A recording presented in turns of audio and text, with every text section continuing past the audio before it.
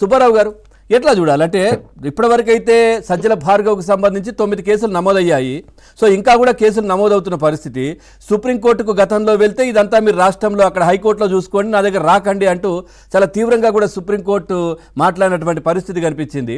ఇప్పుడు నా పైన ఉన్నటువంటి కేసులన్నీ కొట్టేయండి, మళ్ళీ నా పైన కేసులు పెట్టరియకండి అంటూ వెళ్ళడాన్ని ఎట్లా చూడాలి? ఎందుకంటే ఎంత తీవ్రంగా వాళ్ళు వాడినటువంటి భాష కావచ్చు, కామెంట్లు, ఈ విధంగా పోస్టింగ్లు చేశారో మనం చూసాం. ఏం చెప్తారు సార్? ఇక్కడ ఒకటండి సార్, మహిళల యొక్క శీలాల్ని శంకిస్తూ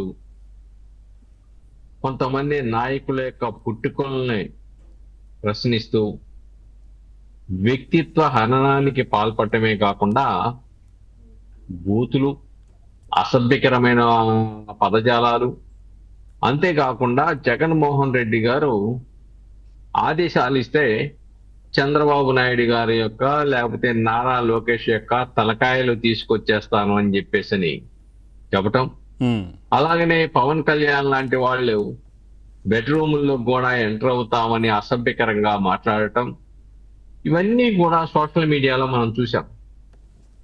సభ్య సమాజం తలదించుకునే విధంగా వ్యక్తిత్వ హననానికి ఏ విధంగా పాల్పడ్డారో మనం చూసాం. కానీ ఆ రోజున ఫిర్యాదు ఇస్తే తిరిగి ఫిర్యాదు ఇచ్చిన వాళ్ళనే లోపల పడేసే పరిస్థితి. రూల్ ఆఫ్ లా లేదు, రాజ్యహింస కొనసాగుతోంది. అటువంటి పరిస్థితుల్లో ప్రభుత్వం మారిన తర్వాత ఆ రోజు రెచ్చిపోయినటువంటి సజ్జల భార్గవరెడ్డి విదేశాలకు పారిపోవాల్సిన పరిస్థితి. అలానే వర్రా రవీందర్ రెడ్డి చెప్పినటువంటి వాంగ్మూలంలో చాలా అంశాలు వెలుగు చూసినాయి. దాంట్లో ఐపాక్ నుంచి కూడా మనం సూచనలు వచ్చాయి. అలాగే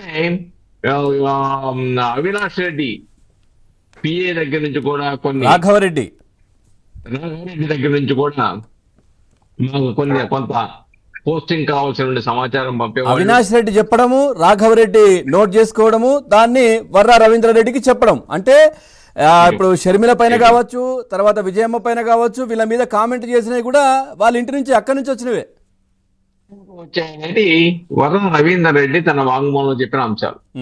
ఈ రోజున ఇన్వెస్టిగేషన్ ఏజెన్సీ గనక ఎవిడెన్స్ ని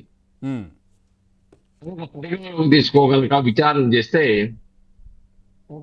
తిమింగళాలన్నీ కూడా, అనకొండలన్నీ కూడా దీంట్లో ఇరుక్కునే పరిస్థితి.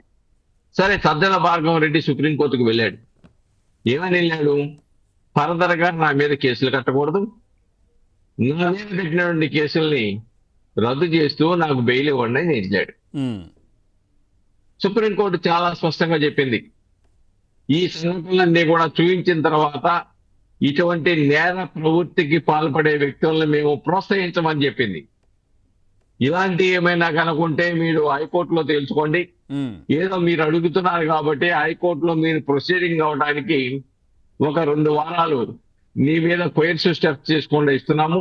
ఆ 2 వారాల తర్వాత అవాస్తవాలను పరిశీలించి హైకోర్టు మాత్రమే తన నిర్ణయం చేస్తుంది.